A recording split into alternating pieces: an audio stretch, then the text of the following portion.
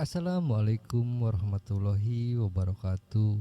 Kembali lagi bersama kami di Kreator Amatir. Kali ini kita akan kembali membacakan sebuah cerita yang berjudul Gagalnya Tumbal.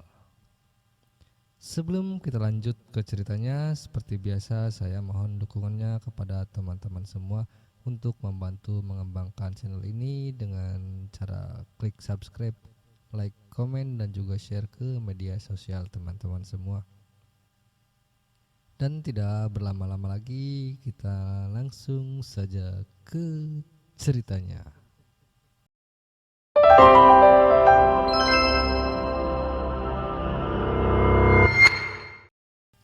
Kita masuk ke sudut pandang Ratih. Namaku Ratih. Aku tinggal di sebuah desa kecil di lereng Gunung Kendil. Hidupku sederhana, hanya tinggal bersama Paman Surya setelah kedua orang tuaku meninggal karena kecelakaan saat aku masih SMP. Pamanlah yang membiayai sekolahku, memberiku makan, bahkan menyekolahkanku ke kota. Tapi malam itu aku mulai mencium sesuatu yang tidak beres. Angin malam berhembus kencang dari arah hutan bambu.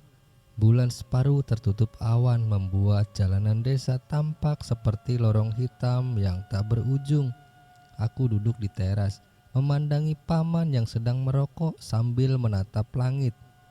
Wajahnya pucat diterpa cahaya lampu minyak.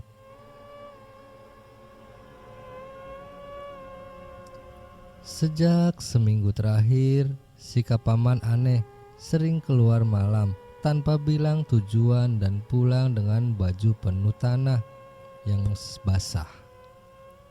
Paman, akhir-akhir ini sering pulang larut. Pergi kemana sih? Tanyaku. Urusan kerja, Nduk, supaya kita bisa hidup lebih enak, jawab Paman Surya tersenyum kaku. Tapi kerja apa sampai harus ke hutan tengah malam? Tanyaku lagi. Kamu gak usah tahu dan gak usah tanya macam-macam, nanti juga kamu ngerti. Aku mencoba tersenyum, tapi hatiku terasa tidak enak. Matanya seperti menyimpan sesuatu.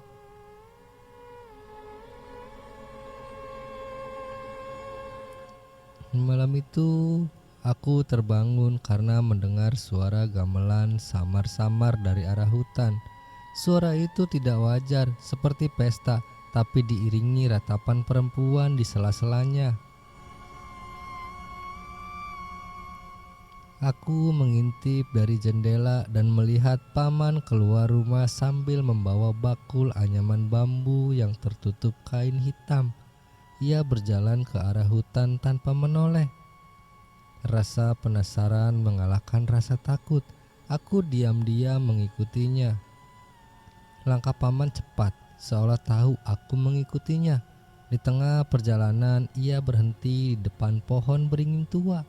Dari balik batang besar itu, aku melihat 7 orang berpakaian serba hitam mengelilingi sesuatu yang ditutup kain putih. Bau amis menyengat, bercampur wangi bunga kenanga.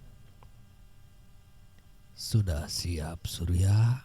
Tanya orang berbaju hitam. Belum, dia masih di rumah. Besok malam, saat bulan penuh, aku akan membawanya. Jantungku berdegup kencang. Dia, apakah maksudnya aku? Gumamku. Aku mundur pelan, tapi ranting kering di bawah kakiku patah. Semua kepala serentak menoleh ke arahku. Tatapan mereka kosong, tapi matanya merah menyala. Aku langsung lari sekuat tenaga, pulang ke rumah. Tapi anehnya, begitu sampai, semua pintu dan jendela terkunci dari luar. Dari kejauhan terdengar suara paman memanggil dengan nada yang sangat menyeramkan. Ratih, ayo keluar. Paman gak marah kok. Besok kita akan dapat hidup yang lebih baik, ujar Paman Surya. Air mataku menetes. Malam itu aku tidak tidur. Aku hanya duduk di sudut kamar memeluk lutut, menunggu matahari terbit. Kalau hari itu, sejak pagi, Paman bersikap berbeda. Ia ramah, bahkan memasak makanan kesukaanku, sayur lodeh dan tempe goreng. Tapi entah kenapa rasanya hambar di lidahku. Mungkin karena aku tahu kebenaran yang ia sembunyikan.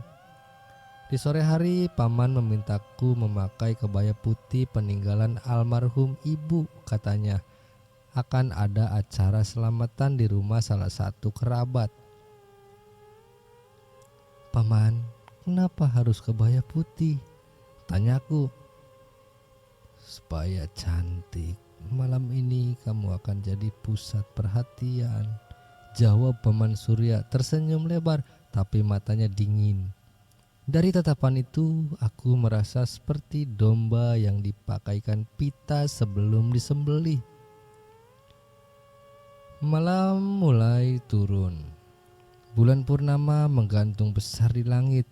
Cahayanya membelah gelap. Paman membawaku dengan motor tua, tapi bukannya ke rumah kerabat. Ia membelokkan arah ke jalan setapak menuju hutan bambu. Udara semakin dingin di kejauhan. Terdengar kembali suara gamelan bercampur tabuhan gendang. Tapi kali ini suara ratapan perempuan lebih jelas, seperti jeritan kesakitan. Paman, ini bukan jalan ke rumah kerabat kan? Tanyaku. Paman Surya diam. Dia tetap fokus mengemudi. Jawab Paman, kita mau kemana? Tanyaku lagi.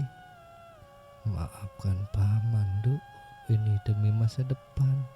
Jawab Paman Surya lirih, tapi masih bisa kudengar.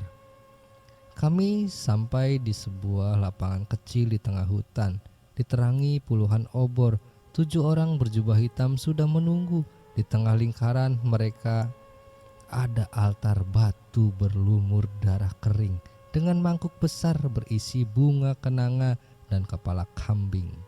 Aku ditarik ke altar, tanganku diikat dengan tali ijuk, mulutku dibekap kain.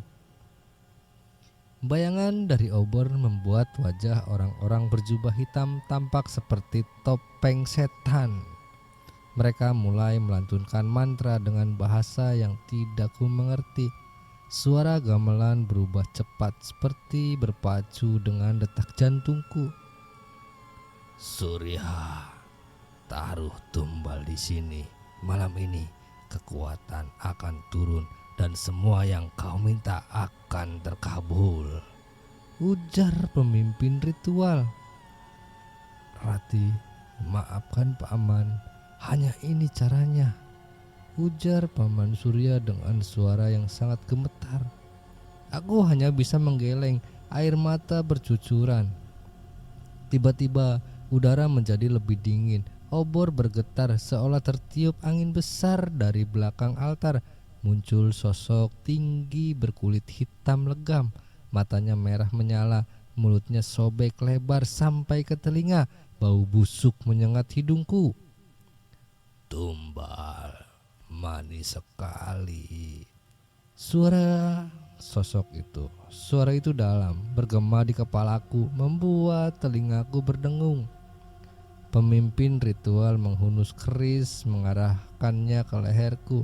Aku berontak sekuat tenaga, tapi tali ijuk menembus kulit, membuat pergelangan tanganku berdarah.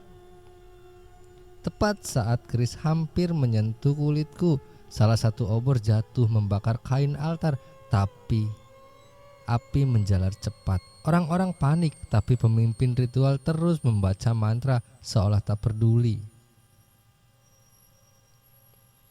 Di tengah kekacauan itu, aku menendang Paman hingga ia terjatuh, lalu berlari ke arah hutan.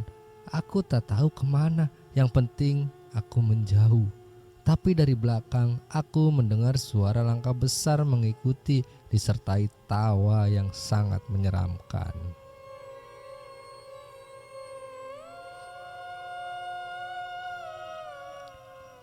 Aku berlari tanpa menoleh, napasku terengah-engah, kaki kaki tergores ranting dan batu tajam. Namun suara langkah itu bukan langkah manusia. Berat, seperti tanah bergetar setiap kali ia menghentakkan kaki. Dari kejauhan, suara gamelan berubah menjadi tabuhan cepat, seperti menandai waktu yang semakin sempit. "Tolong, tolong, siapa saja tolong," ujarku dalam hati. "Jangan lari, darahmu sudah menjadi milikku," ujar suara dari belakang. Suara itu membuat bulu kuduku berdiri. Aku menoleh sekilas dan melihat makhluk itu melompat di antara pohon. Tubuhnya lebih tinggi dari manusia, dengan mulut penuh taring yang meneteskan darah. Aku mencoba menghafal jalur pulang, tapi hutan ini seperti berubah. Pohon-pohon bambu menutup jalan, menciptakan lorong yang memaksaku terus masuk ke dalam. Suara paman memanggil terdengar samar.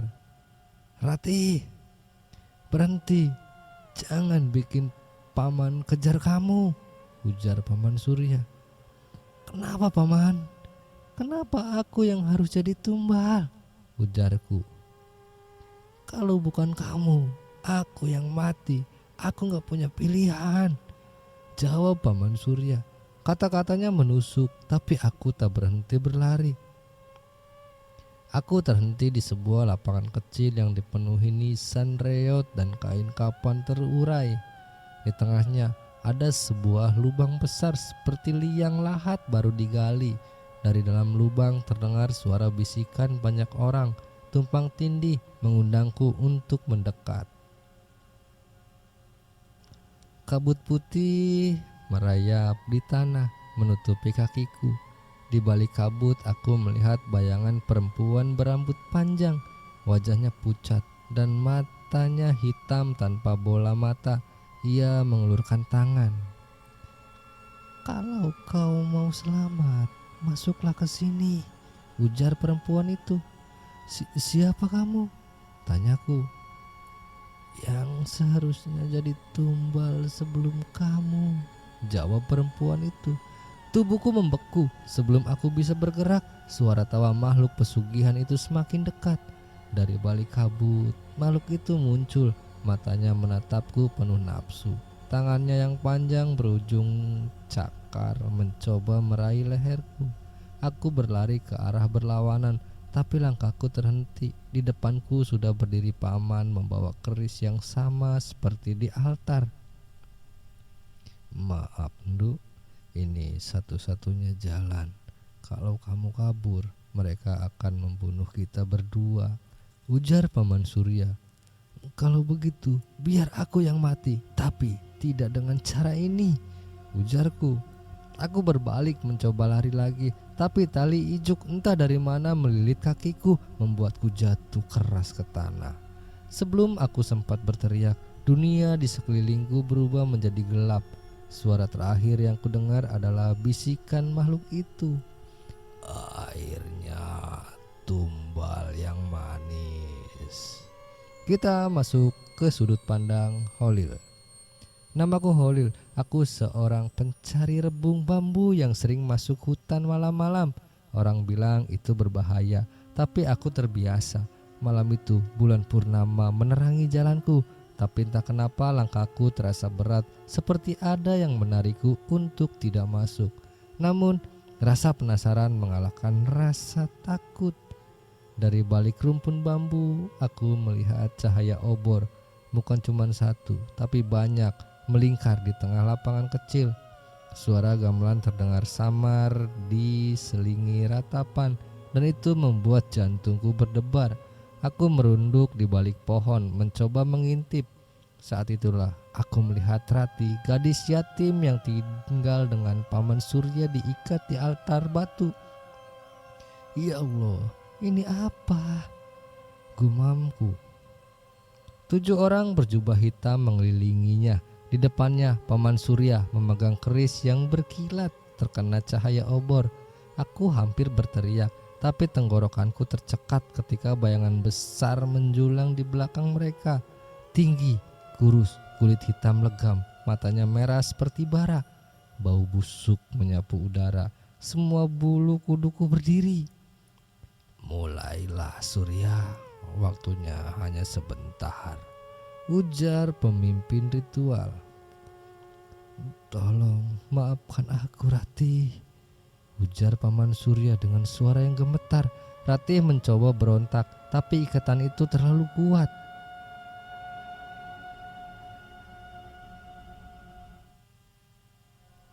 Tiba-tiba salah satu obor jatuh membakar altar. Api menyala cepat, membentuk bayangan makhluk itu di tanah. Ratih menendang pamannya, berlari masuk ke hutan. Aku hampir keluar untuk menolong, tapi bayangan makhluk itu bergerak tanpa beban dan melesat mengejar Ratih. Aku mendengar suara dari arah gelap. Dia milikku, tidak ada yang bisa mengambilnya. Aku mengikuti dari kejauhan, tapi hutan seperti berubah untuk bentuk jalan yang tadi kupakai tiba-tiba tertutup bambu rapat. Aku hanya bisa melihat dari sela-sela batang. Ratih terjebak di lapangan kecil penuh nisan dari kabut. Sosok perempuan lain muncul menggoda Ratih untuk masuk ke lubang menganga di tanah. Suara gamelan makin cepat. Teriakan Ratih terdengar sesekali lalu terputus. Ketika aku berhasil menerobos bambu, lapangan itu kosong. Tak ada Ratih, tak ada paman, hanya bau anyir darah dan kain kebaya putih yang basah oleh sesuatu yang lengket. Malam berikutnya, kabar beredar bahwa Paman Surya ditemukan di rumahnya. Tubuhnya kaku, matanya melotot, mulutnya robek seperti senyum mengerikan. Orang bilang itu balasan pesugihan yang gagal karena tumbalnya hilang diambil makhluk sebelum selesai ritual.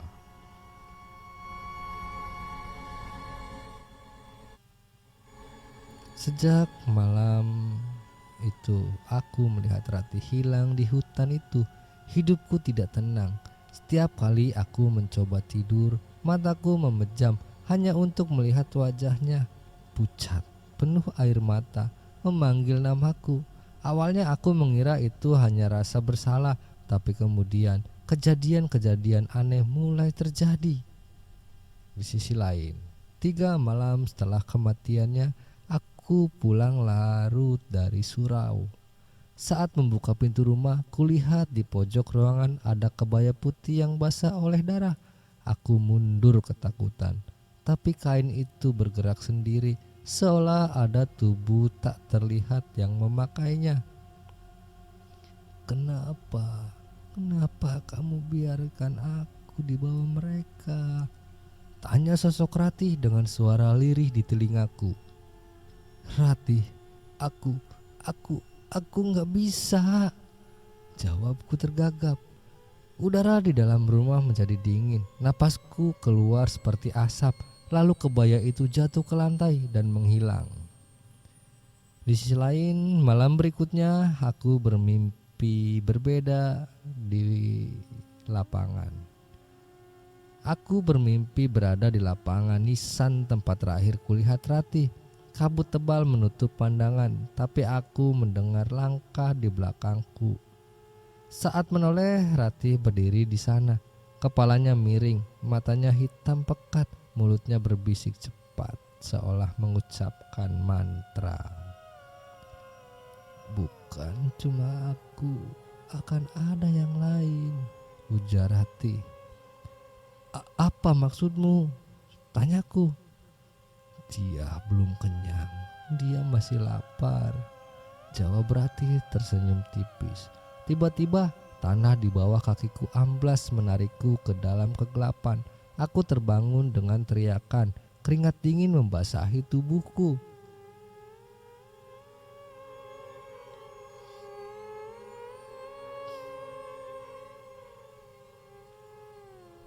Sejak mimpi itu, aku mendengar suara gamelan setiap malam dari arah hutan.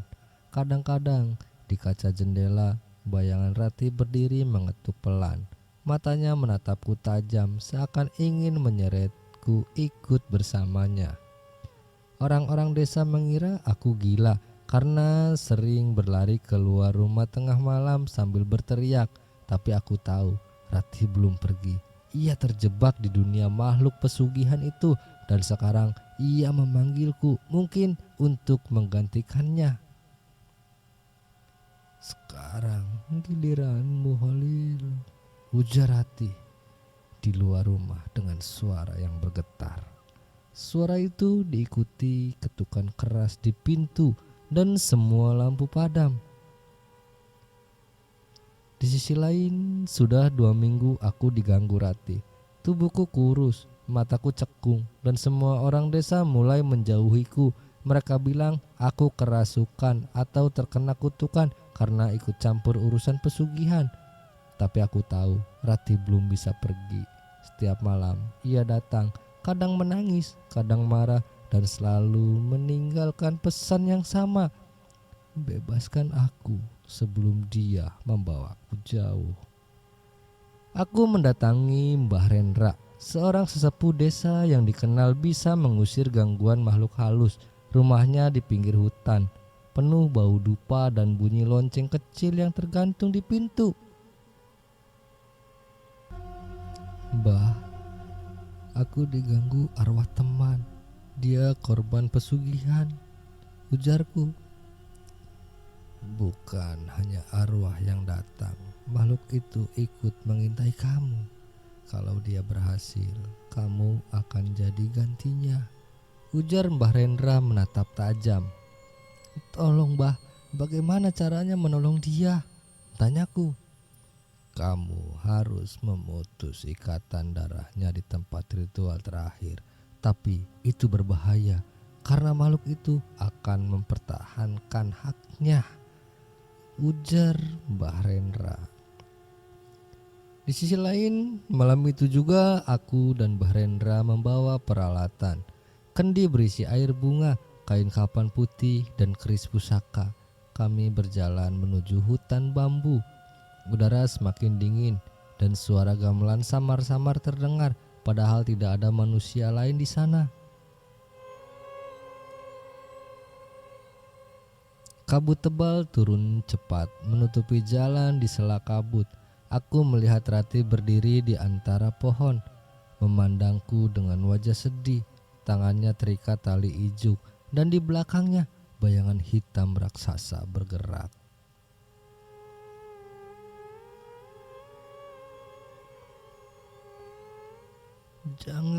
Jangan kesini, nanti dia marah," ujar Ratih. "Aku akan membebaskanmu, Ratih. Tunggu aku," ujarku. "Jangan dekati dia sekarang. Kita harus sampai di altar dulu," ujar Mbah Rendra. Kami sampai di altar batu tempat Ratih ditumbalkan. Mbah Rendra menaburkan bunga, membaca doa, lalu memercikan air kendi ke tanah. Aku diminta mengikat kain kapan putih di batu altar sambil menyebut nama Ratih berulang-ulang. Namun tiba-tiba tanah bergetar. Dari balik pohon, makhluk pesugihan itu muncul, lebih besar dari sebelumnya. Matanya merah membara. "Dia milikku, tidak ada yang bisa mengambilnya," ujar makhluk itu. "Holil, teruskan, jangan berhenti," ujar Mbah Rendra. "Ratih, lepaskan semua ikatan, pergi ke tempatmu yang damai," ujarku berteriak sambil mengikat kain. Suara Ratih terdengar memanggil, lalu berubah menjadi teriakan panjang dan perlahan menghilang. Bersamaan itu makhluk itu meraung keras, lalu menghilang ke dalam kabut. Udara menjadi hangat kembali. Di hadapanku, kain kapan putih yang terikat di altar berkibar pelan, lalu jatuh ke tanah. Ratih sudah tidak terlihat lagi, hanya aroma bunga kenanga yang tertinggal dan rasa lega yang bercampur sedih di dadaku. Kita masuk ke sudut pandang Hasan. "Namaku Hasan, aku pernah berurusan dengan pesugihan sebelumnya dan itu hampir merenggut nyawaku. Jadi ketika Holil datang dengan wajah pucat, menceritakan tentang Ratih. Aku tahu ini bukan gangguan biasa. Bersamaku ada Gita, sahabatku yang sejak kecil punya indera keenam. Dia bisa melihat dan berbicara dengan arwah, walau kadang itu membuatnya jatuh sakit. Kami mendengar dari Holil bahwa Mbah Rendra sudah membantu melepaskan Ratih, tapi makhluk pesugihan itu masih menampakkan diri di desa. Konon, selama benda ikatan perjanjian dalam hal ini, yaitu bakul bambu milik Paman Surya belum dimusnahkan, makhluk itu akan terus punya akses ke dunia manusia. Holil, tunjukkan di mana bakul itu terakhir kali kamu lihat, tanyaku. Di rumah Paman Surya, tapi sejak kematiannya, rumah itu terkunci dan orang-orang takut masuk, jawab Holil. Bakul itu ada di bawah lantai papan, ada darah di dalamnya, ujar Gita menatap kosong. Kata-kata Gita membuat bulu kuduku merinding. Di sisi lain, malam itu kami bertiga pergi ke rumah Paman Surya. Rumahnya gelap, atapnya bocor dan bau busuk memenuhi udara. Setiap langkah di lantai papan berderit, seperti ada yang berjalan di bawah kami. Gita berjongkok mengetuk papan lantai, lalu menunjuk satu titik. Aku menjongkelnya dengan linggis dan di bawahnya ada bakul bambu bertutup kain hitam basah oleh cairan merah kental. Begitu kain itu tersibak, terdengar suara gamelan keras sekali. Padahal tidak ada alat musik di sana. Disusul suara tawa makhluk pesugihan. Kalian pikir bisa memutus perjanjianku? Ujar makhluk tersebut bergema di ruangan.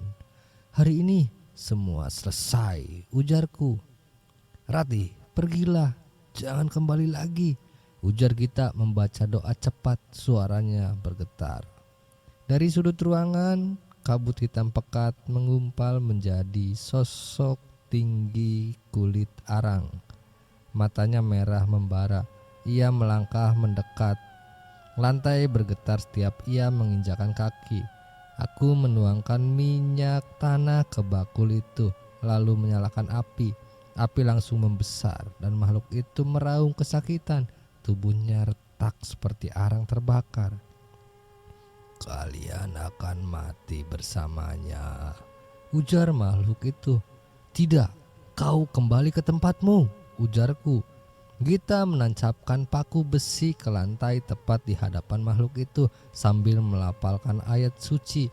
Cahaya putih menyelimuti ruangan, memaksa makhluk itu mundur sebelum meledak menjadi abu. Api membakar bakul bambu itu sampai habis. Saat bara padam, suasana menjadi tenang. Tidak ada lagi bau busuk, tidak ada gamelan, hanya keheningan. Gita menatapku sambil tersenyum lelah. Ratih sudah di tempat yang seharusnya dan makhluk itu tidak akan kembali.